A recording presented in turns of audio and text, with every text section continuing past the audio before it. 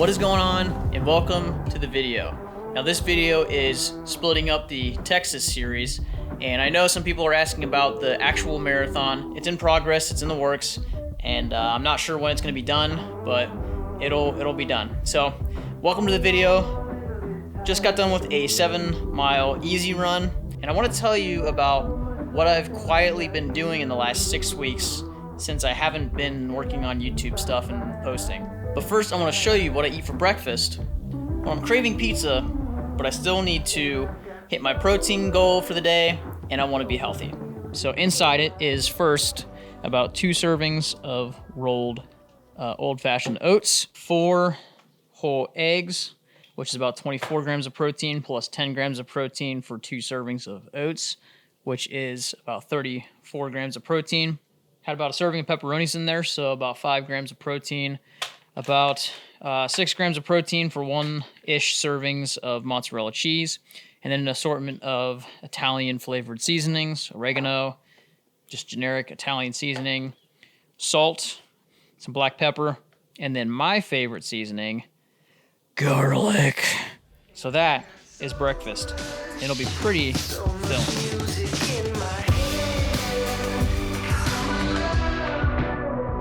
So what exactly have I been doing in the last 6 weeks? So as you know, at the beginning of this year, I ran the Go One More Marathon. I trained all winter for it and was super excited to run it. And even though I was disappointed in the time, I was okay with it because I know that I have the entire year to improve upon that. So for the past 6 weeks, I've just been building even more on what I started building the last 12, 16 weeks before the previous marathon. And so the goal of this marathon is to run a 3:30 to 3:40. That gives me about 30 seconds to a minute off of my goal pace, which I think in the time from now to the race, which is another 6 weeks, I think I'll be able to hit a pace of around 8 minutes and 15 seconds per mile. Now that puts me at about a 3:40. I'll have the exact time right here. The strategy going into this is to run a lot of easy miles. And when I say easy miles, I mean taking my MAF heart rate, subtracting about 10 beats per minute from that, and trying to stay around there. The other part of it is doing speed work. So once a week, I'm doing a high volume, high mileage, speed workout, which it's either intervals at the track, and starting either this week or next week, we're going to be doing long runs, but we're also going to be doing tempo workouts during those long runs to get all the benefits of a long run and the benefits of running some miles at marathon pace, so that number 1, I increase my confidence, and number 2, my body knows what it feels like to run at marathon pace. So we're back at the track for a speed workout, and today's workout consists of 10.5 miles total of running with a 2-mile warm-up, which I just did. I actually overshot it, so I had to reconfigure the workout. But I have the workout here on my phone, synced it up to my watch, and the workout goes as follows. 6 times 1 mile at between 7:20 and 7:30 pace, and with a 400-meter recovery in between, and then a 1-mile cool down. So with that said, let's get to the workout. The high school track team is practicing again while I'm trying to do my workout, so I'll probably have to stick to the outside lane, or I might have to move my workout to somewhere else. So it ended up that I am moving to a different place for this workout. Finished up my first iteration here, and there's like twice as many kids there was last week here, and they had some stuff laid on the other side of the track. So I don't want to be a bother, and I don't want to be around so many people while I'm trying to do my workout, trying to weave in and out and everything. So we're gonna move to one of the local trails here that's pretty flat, small grade, but we'll be all right to finish out the rest of the workout. We'll see you there. All right, so we have 2 more laps to go. I actually screwed up the first one. I lapped my watch at 0.75 miles because I saw my watch said 2 miles total, and my mind just said, oh, 2 miles, we're good. but I had another quarter mile to go. I actually stopped my watch because I needed to come back and get a drink because it is warm today. It's about 70 degrees, which is great. I'm not complaining, but man, I'm losing sweat like crazy, and it's not even that hot. After the first one here, going down the trail, we actually went out that way and onto the road in this little loop that I do in my 7-mile route. Iteration 5 and 6, and then a cool down mile, and we're done with 10.5 miles of speed work. Yeah, let's hit it.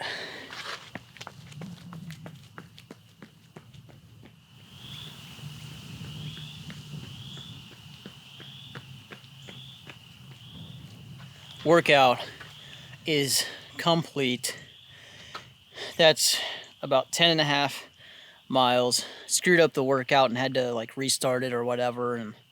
But anyway, that was 2 miles warm up, 6 times 1 mile on 0.25 miles or about 400 meters off at recovery. When I did those recoveries, I'm not sure if you're supposed to do like a jog, but I just did a jog walk, like interspersed kind of thing to try to keep my heart rate down to like 145, 150, just like I would an easy run. And then we had that last mile, which I took on the road loop back there, and just took it real slow. I wanted to point out that these workouts that we do for speed is all, when you say speed, it's all relative to the person running. So an elite marathoner, speed work might be 20 miles at marathon pace, 4:30, 4:15 per mile, which is blazing fast. But to me, for my fitness and where I am right now, fast is like anywhere from 7:15 to 7:45 minutes per mile over an extended period of time. Now, back when I was 120 pounds and did nothing but run, fast for me was like 6:30, 6:45. It's all relative. You have to remember that. With these workouts, you're not supposed to go out and just kill yourself. You're supposed to have some amount of control during them. Last week when I did the track workouts, I looked at my paces afterward. So what my amount of control was, I tried to keep my heart rate at around 175 beats per minute, which is about my estimated threshold per Garmin. That's the reason for these speed workouts.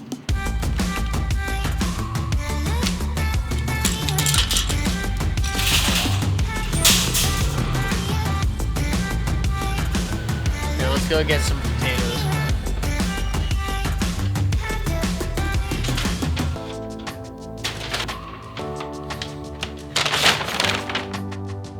Last night we went to the grocery store and picked up a few staples that I like to include in my diet that make me feel the best when I train. So a few things that I like to include in my diet that are carbohydrate sources are good old-fashioned oats, rice, and bananas. I usually have a banana a day. The other thing is potatoes, which there's a couple of studies that I've seen, and I'll link them in the description, that show that potatoes, out of all the whole carbohydrate food sources, are the most satiating. Going off of that, we're moving into proteins. So right here I have chicken thighs.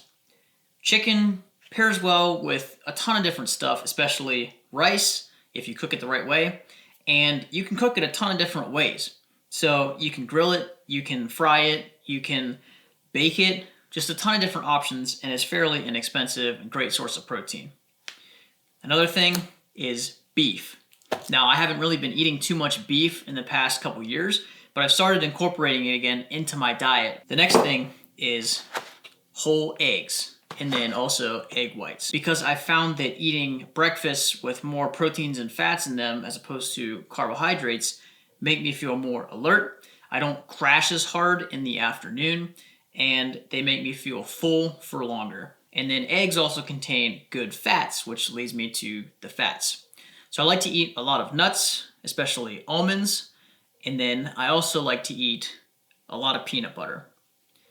Now, one thing about this peanut butter is it's not full natural peanut butter.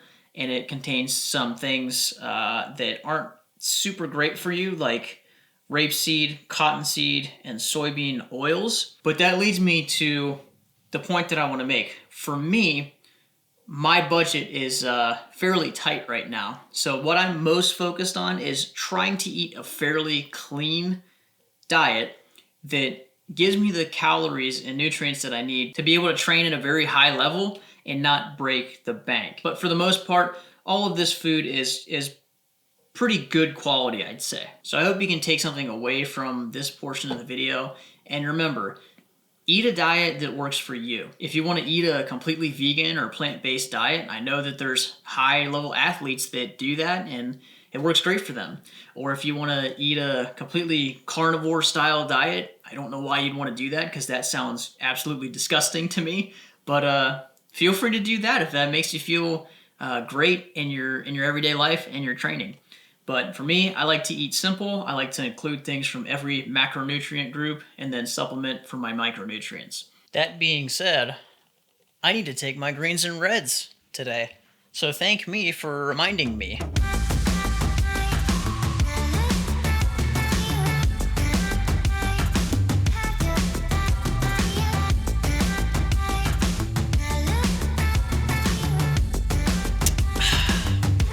Delicious. Welcome to Saturday morning, aka long run day, one of my favorite days of the week. So my warm-up has changed a little bit.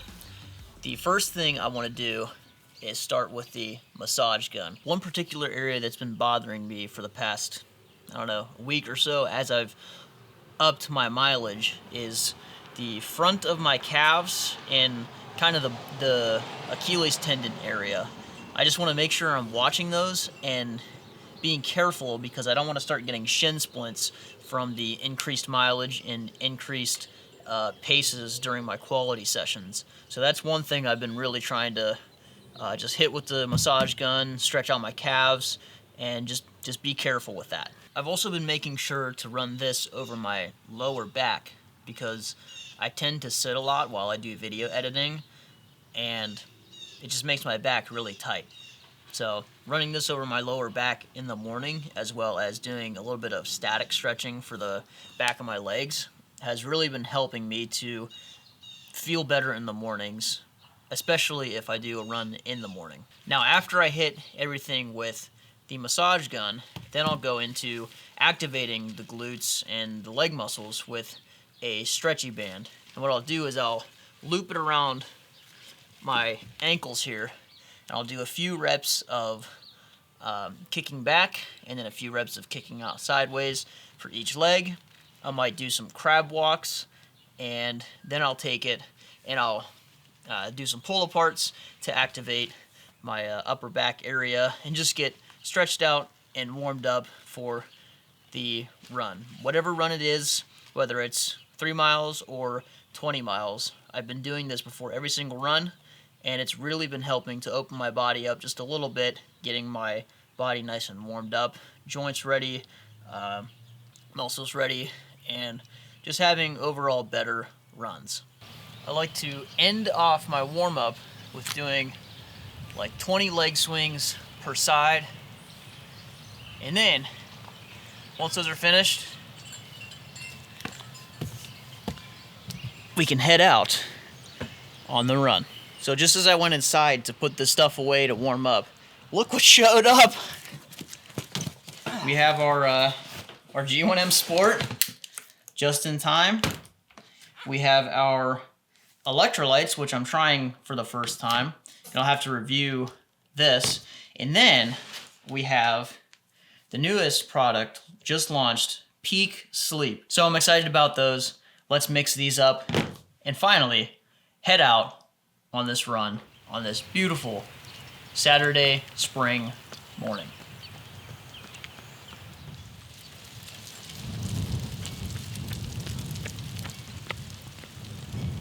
Whew. That is 14.1 miles complete. Let's move somewhere else where it's not as windy.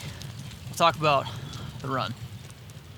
So to start recovery as fast as possible, I'm sipping on 2 scoops of BPN's electrolytes, which is in here. We're about halfway finished with it because it's so dang good. Because we're exactly 5 weeks out from the marathon, and most training plans will have a half marathon race scheduled somewhere between 5 and 6 weeks out from your marathon that you're training for, I wanted to run this Saturday run as a half marathon race, or at half marathon race pace. So in order to do that, I wanted to keep my heart rate at around 165 beats per minute, which is somewhere in zone 3, I think, at the upper end of zone 3, and that would simulate race pace. So to go over the run was 13.12 miles at a 7:56 minute per mile pace, and the goal for that run was to keep it between 8 minutes and 8:15 minutes per mile.